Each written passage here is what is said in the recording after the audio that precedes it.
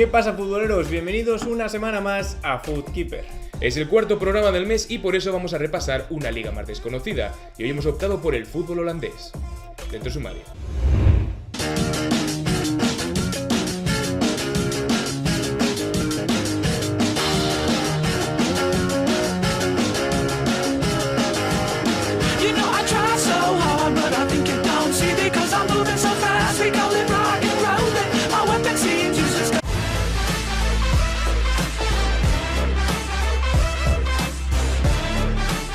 Para este primer reportaje recordaremos un equipo que ganó la Champions y que en estos tiempos que corren sería poco común verles levantar la orejona. Aquel PSV ganó su primera Copa de Europa practicando un fútbol distinto al que estaban acostumbrados en tierras holandesas con equipos como el Ajax o el Feyenoord.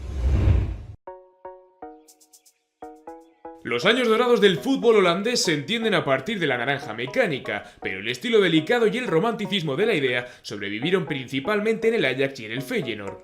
El PSV, uno de los equipos más importantes, estuvo 7 años sin ser campeón y vivió la década de los 70 hasta mediados de los 80 en un segundo plano.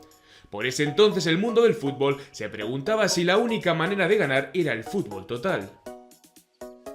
Clave fue la llegada de Guus Hiddink al banquillo del club. La implementación del 4-4-2 fue una de las primeras muestras. Los resultados no tardaron en aparecer y la senda del éxito continuó hacia fin de año. Además del certamen local, el PSV disputó la Copa de Europa, en la que superó las primeras dos fases cómodamente. El global 3-2 con el Galatasaray y el posterior 4-1 frente al Rapid de Viena permitieron la clasificación a los cuartos de final. Wim Kieft y Hans Gilaus conformaban la delantera de un PSV que hacía lo posible para olvidar a Gullit. No tuvieron brillantes trayectorias, pero en este torneo fueron clave. De todas formas, la prensa de la época se sacaba el sombrero ante los defensores Erik Gerets y Ronald Koeman. El inicio del 88 no significó una bajada de nivel y el PSV pudo conquistar su tercera liga consecutiva, pero en la Copa de Europa no ganó ningún partido más. Tras cierta fortuna en el enfrentamiento ante el Burdeos, el equipo de Hiddink se metió entre los mejores 4 de Europa.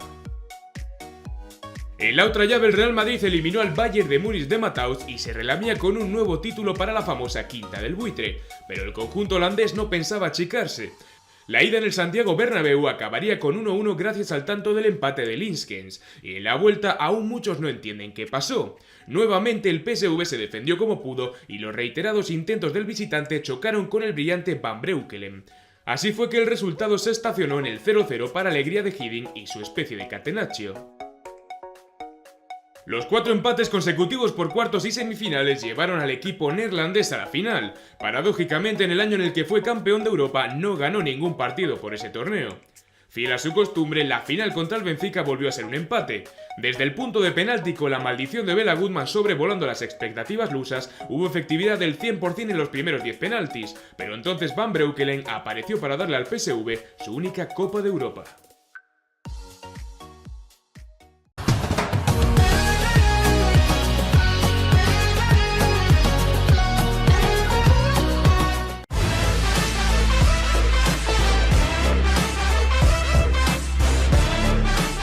Dennis Bergkamp es el jugador fetiche de muchos aficionados y no podíamos pasar por el fútbol holandés sin recordar su figura. Fue en el Ajax donde comenzó su andadura como futbolista profesional.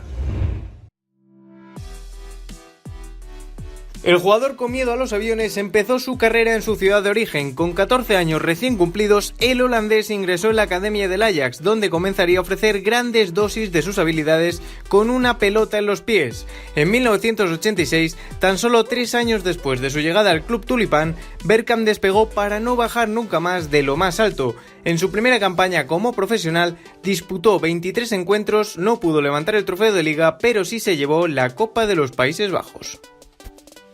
Sería el único título para Dennis en su debut en absoluto, porque el holandés debutaría en Europa en la extinta Recopa, título además que añadiría a su palmarés tras vencer al Lokomotiv.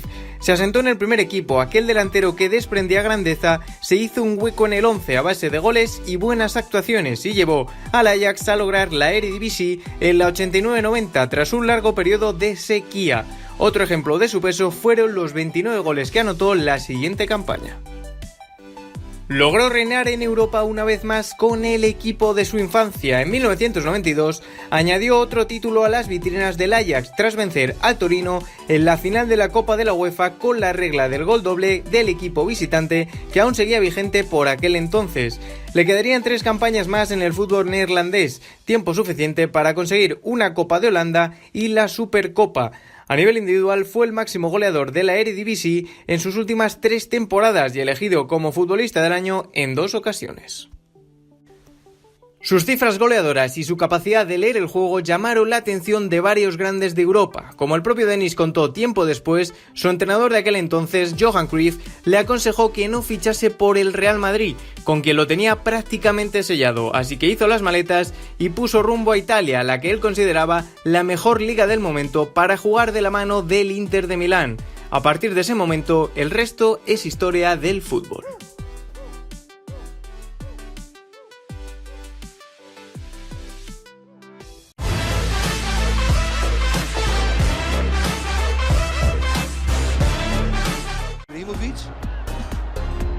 Goed ingehouden. En nu nog een keer schiet ook.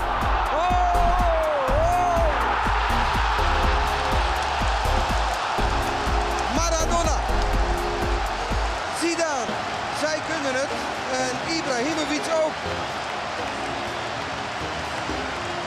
Een goal die op de Nederlandse velden wel eens werd gescoord. En die niet door iedereen even hartstochtelijk wordt bejubeld.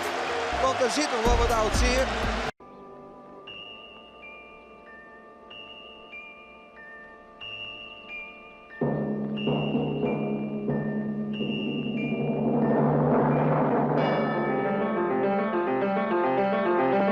Footkeeper, una mirada al pasado.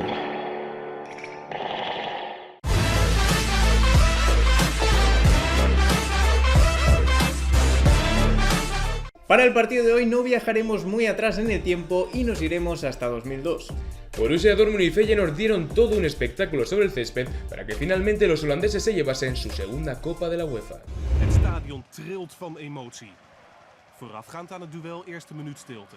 La ciudad holandesa de Rotterdam acogió la final de la Copa de la UEFA del año 2002, aquella que enfrentó al Borussia Dortmund de Matthias Sammer ante el Feyenoord de Van Marwijk, quienes jugarían en su propio estadio ese partido. La ocasión perfecta para lograr un nuevo título europeo. El partido se inició con mucho nerviosismo y equivocaciones por parte de ambos equipos y un comienzo con una ligera superioridad del Feyenoord, aunque sin mostrar mayor contundencia. La primera llegada clara fue incluso para el Dortmund, en una acción de Thomas Rosicky en el minuto 15.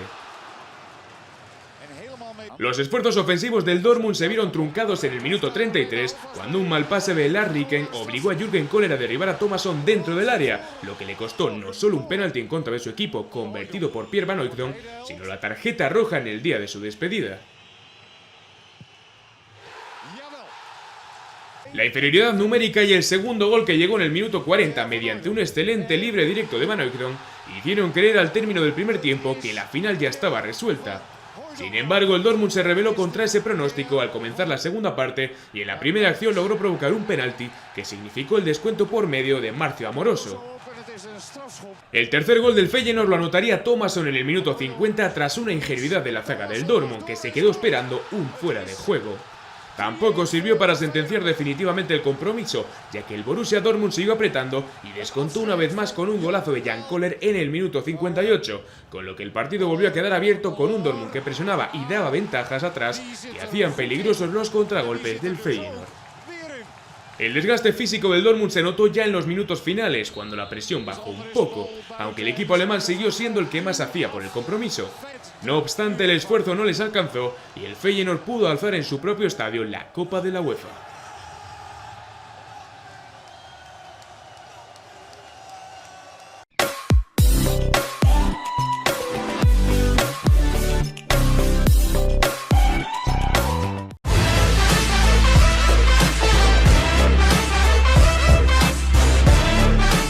Para el Sevenlos de hoy traemos a un amigo del canal y a un gran analista de fútbol internacional. Ya le tuvimos por aquí en la primera temporada. Hoy Paquillo Mariscal se somete a nuestro test. Un recuerdo futbolístico de tu infancia. El Mundial de Estados Unidos 94. Recuerdo en el pueblo de mis padres, en casa de mi abuelo, ver aquel famoso España-Italia con el codazo de Luis Enrique, de Tassotti a Luis Enrique, en el cual yo con 7 añitos lloraba desconsolado viendo cómo echaba sangre el jugador español. Una gran gesta que recuerdes.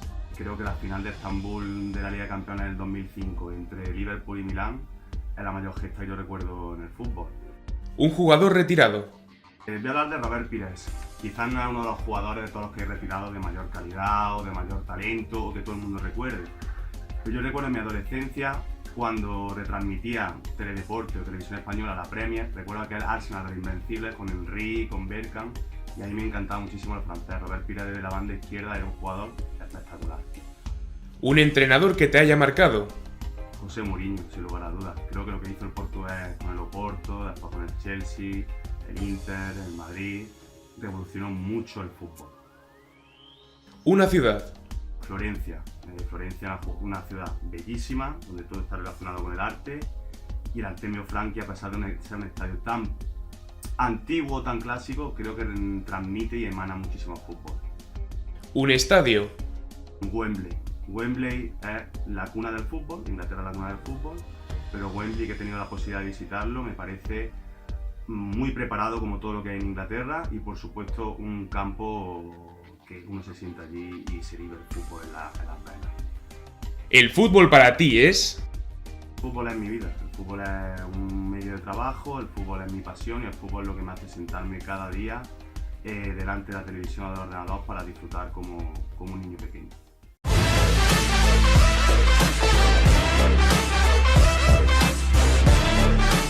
Para analizar una joven promesa del fútbol holandés es tan sencillo como adentrarse en la cantera del Ajax. Pero no vamos a hablar ni de Frenkie de Jong ni de Matthijs de Ligt, sino del gran tapado de este equipo y gran apuesta personal, Donny van de Beek.